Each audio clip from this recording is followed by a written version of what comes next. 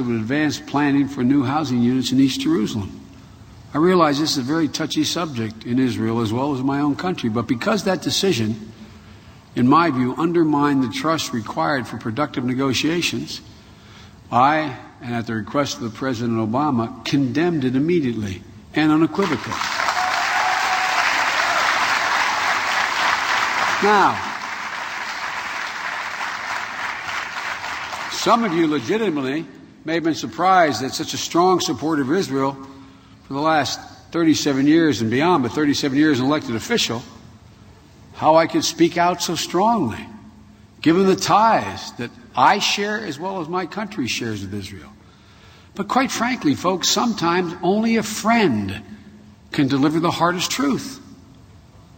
And I appreciate, by the way, the response your Prime Minister today announced this morning that he's putting in place a process to prevent the recurrence of that sort of events, and who clarified that the beginning of actual construction on this particular project would likely take several years.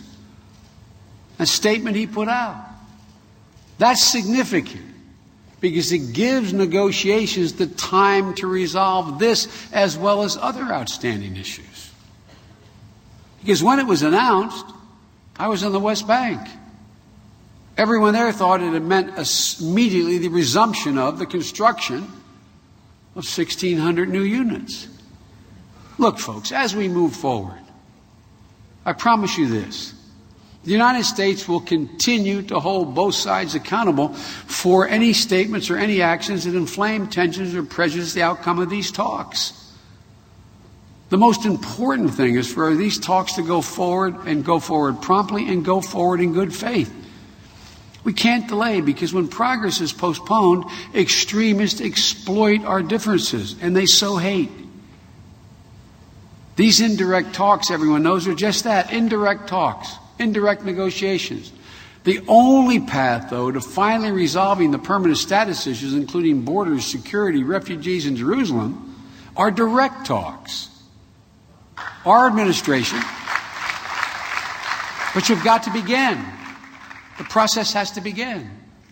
Our administration fully supports this effort, led by our Special Envoy, Senator George Mitchell, a seasoned negotiator and a proven peacemaker, in whom the President, Secretary of State Hillary Clinton, and I have complete and utter confidence.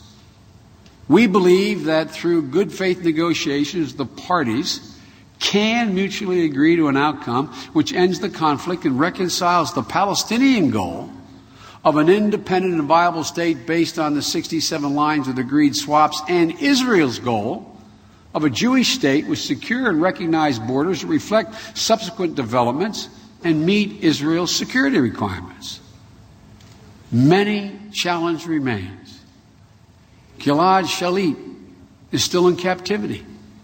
And we pray every day for the day when he'll come home and be reunited with his family. Ladies and gentlemen,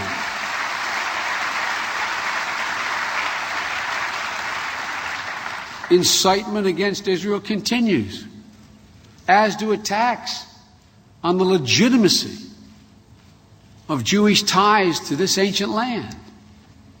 And the ongoing threat from Gaza, still in Hamas's grip, and from Hezbollah in southern Lebanon, remind us that your security is far from assured. Meanwhile, though, our policy and our concerns about Israel's settlements remain unchanged. And while Hamas has condemned Gaza's populace to misery and hopelessness, Israel, too, has a responsibility to address their many needs. That's why we're working with the Israeli government to do just that, address some of those legitimate needs without further endangering Israel's security. Ladies and gentlemen, I'm a Roman Catholic, and I'm no expert on the Old Testament. But I know we're gathered today between Purim and Passover, holidays that teach us about salvation and redemption. It was written in the book of Isaiah that Israel shall be a light unto the nations. And yet, for more than 6 decades, Israelis have often sought but never found the salvation of a lasting peace. And it's very hard. It's very hard to be a beacon for others when you are constantly at war. To end this historic conflict, both sides must be historically bold. Because if each waits stubbornly for the other to act first, this will go on and be waiting for an eternity. Back home, I'm sometimes called an optimist. But I am an optimist about the prospects for peace because I am a realist. And to paraphrase Golda Meir, there is nowhere else to go. There is nowhere else to go. I cannot tell you that peace will come easily. You know better. In human history, it rarely has. But I can promise you, both Israeli and Palestinians, that the rewards for success will be boundless. And that so long as well-intentioned people are engaged in this struggle, the United States will be your partner. Thank you, and may God protect you, and may God protect Israel. Thank you very much.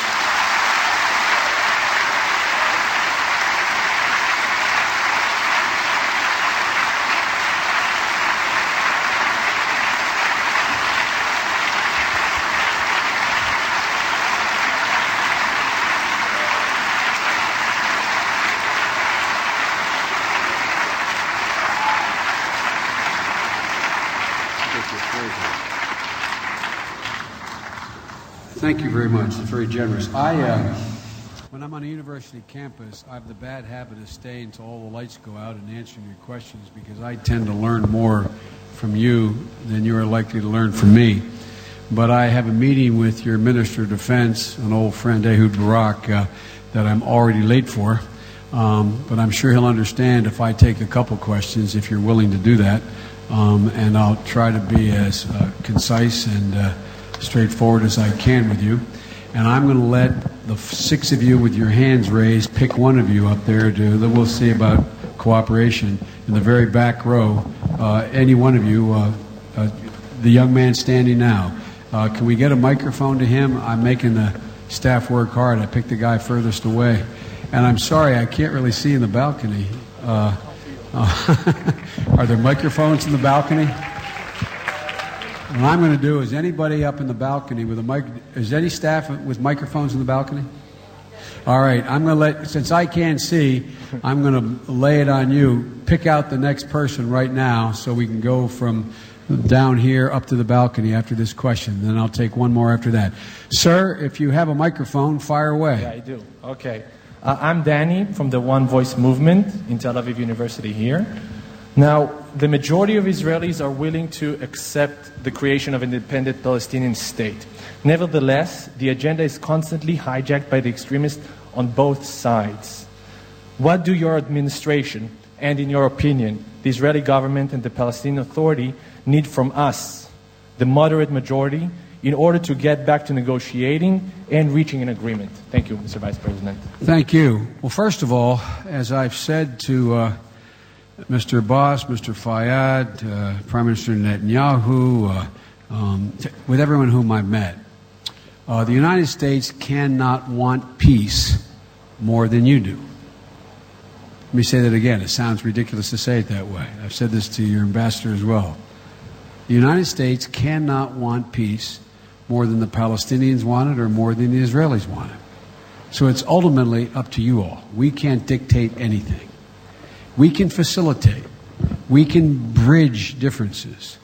We can, hopefully, and I'm going to say something outrageous, I believe I personally and my nation personally has the trust of the Prime Minister of Israel and your defense establishment as well as others, and I'm confident that we've been able to gain the trust of Mr. Fayyad and also President Abbas.